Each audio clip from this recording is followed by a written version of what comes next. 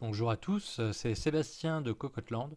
Depuis quelques jours, j'ai des kits Dominator Platinum RGB de chez Corsair en test et ça m'a donné envie de vous faire une petite vidéo tuto sur comment faire des réglages de lumière sympas avec le RGB sur le logiciel iCUE. Mais tout d'abord, je voulais commencer par rappeler ce qu'est la technologie ARGB, qu'il faut bien distinguer de la technologie RGB. Dans la technologie RGB, c'est simple, hein, si on envoie un ordre à la première LED, si on lui demande par exemple de s'allumer en rouge, alors toutes les LED de la ligne vont s'allumer en rouge. Donc on aura un effet, un ensemble complètement uniforme, hein. On va pouvoir régler, changer les couleurs éventuellement, changer l'intensité, mais on ne pourra pas faire beaucoup plus de choses. Avec la technologie RGB, c'est très différent. Déjà, il y a la lettre A au départ. Cette lettre signifie adressable.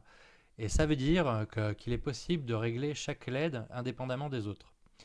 On va pouvoir donner une couleur, une intensité et voire même un mode d'allumage différent pour chaque LED. Et forcément, ça donne des effets, ça peut donner des effets très sympas.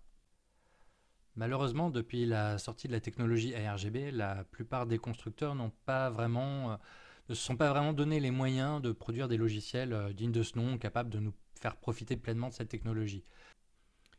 Heureusement, dans l'eau, il y a la société Corsair qui s'est emparée dès le départ de cette technologie et qui en a même fait carrément sa marque de fabrique, hein, puisque la plupart des produits RGB de chez Corsair profitent de la technologie ARGB et on peut contrôler tout ça via le logiciel iCUE. Et c'est ce que nous allons voir aujourd'hui. Alors dans un premier temps, c'est évident, il faut cliquer sur le kit Dominator ici. Et vous arriverez sur la page de configuration du kit, hein. Il n'y a pas que les éclairages qu'on peut voir ici, hein. On peut avoir des zones de surveillance des températures. Mais c'est surtout les effets d'éclairage qui va nous intéresser. À savoir que nous, on va surtout s'intéresser à l'effet d'éclairage, celui-ci en fait, hein, qui est très différent de l'éclairage matériel. Celui-ci permet de régler tous nos effets quand le logiciel iCUE est allumé. Mais dès qu'il est fermé, c'est ce que vous aurez réglé dans l'éclairage matériel qui prendra le relais. Alors je vous ai ouvert une petite fenêtre histoire de pouvoir voir en direct ce qu'on fait sur le logiciel. Mais avant tout, on va d'abord régler la disposition des barrettes. Et pour ça, on va dans Configuration DIM. Et dans Configuration DIM, on va vérifier que les couleurs qu'on a dans le logiciel correspondent bien à ce que vous voyez dans votre PC. Là, en l'occurrence, on a le vert et le jaune qui ne sont pas au bon endroit. Donc je vais aller dans le logiciel et je vais les inverser. Et voilà. Ensuite, on va aller dans Effet d'éclairage. Alors, vous ne voyez rien pour le moment, c'est normal. Il va falloir créer nos effets ou en ajouter. Et pour ça, il faut cliquer sur la croix ici. Et là, vous avez un certain nombre de choix. Alors, par exemple, celui-ci qui va permettre changer les effets de couleur, un peu comme le mode arc-en-ciel, mais ce coup-ci avec des couleurs qui disent aquarelle, donc plus de pastel, quoi. Alors nous, on veut faire quelque chose d'un peu plus élaboré. Donc dans un premier temps, on va supprimer le mode qu'on vient juste de mettre. Donc on clique sur les trois petits points et on appuie sur supprimer ensuite. Et ensuite, nous, on va commencer par aller dans personnaliser et choisir une couleur statique. Et pour commencer, ce sera du bleu. Un bleu un peu plus pâle que ça. Et voilà. Donc faites bien attention parce que si jamais vous cliquez au milieu, tout s'éteint, c'est normal. Il faut que vous sélectionnez ici à droite les LED que vous voulez éclairer. Et par exemple, si je veux, je peux éclairer qu'une toute petite partie des LED. Et si j'appuie sur CTRL en même temps, je peux en sélectionner plusieurs. Et voilà. Bon, évidemment, c'est pas ce qu'on a prévu de faire ici. Nous, on a prévu quelque chose qui ressemblerait plus à ça.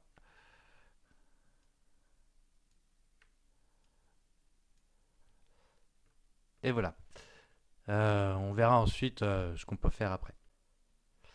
Alors au centre, on va mettre un jaune un peu pâle, pas trop vif quoi. Par contre, là vous voyez que toutes les LED sont sélectionnées, donc je vais commencer par sélectionner les LED qui m'intéressent. Ensuite, je reviens sur la couleur et là, je vais prendre un jaune situerait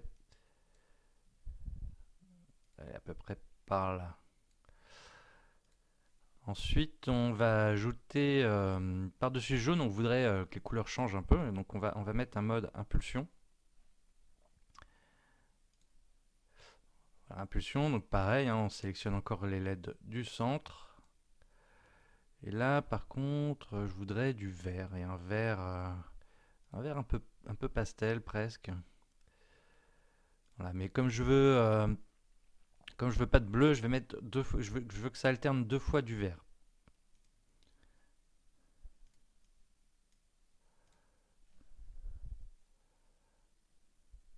Et par contre, on sélectionne les LED, et voilà.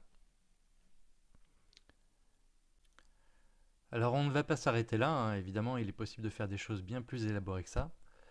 Par exemple, nous, on a choisi d'ajouter le mode pluie.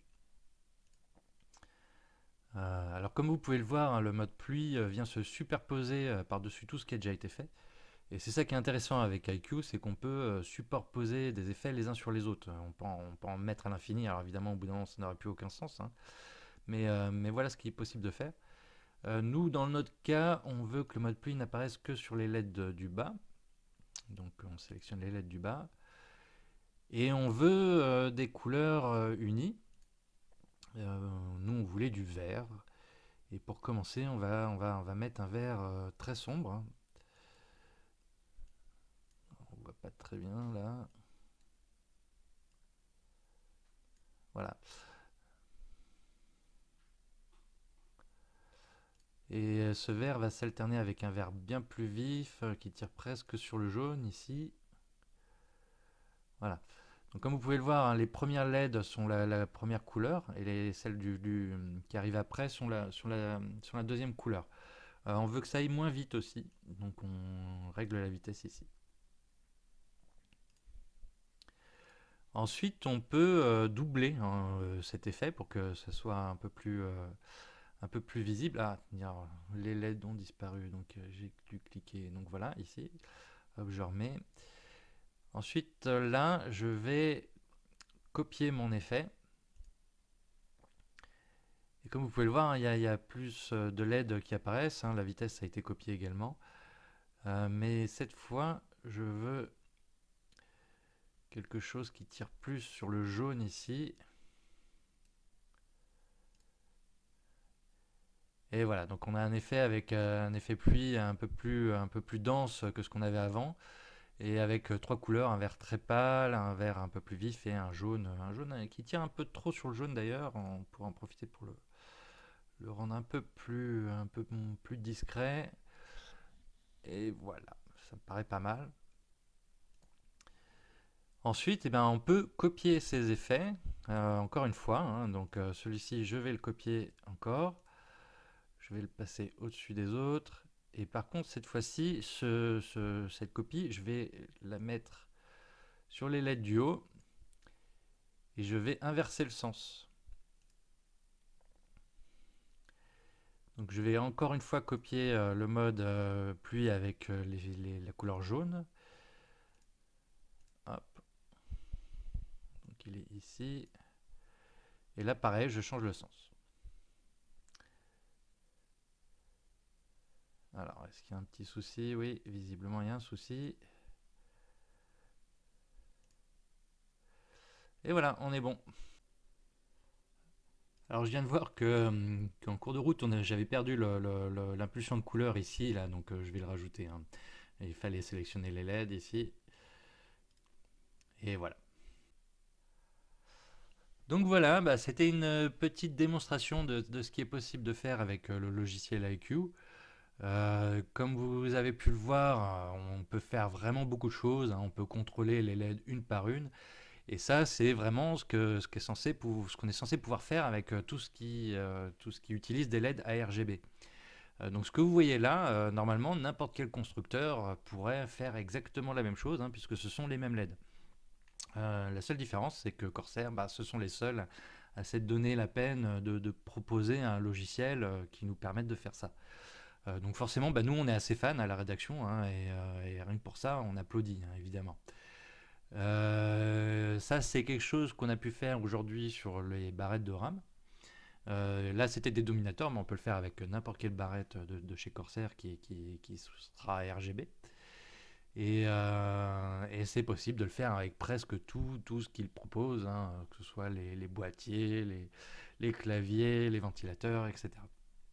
Euh, donc voilà, en espérant que ça vous a plu et on vous dit à la prochaine, en sachant on va travailler sur d'autres vidéos à propos du logiciel IQ. À bientôt.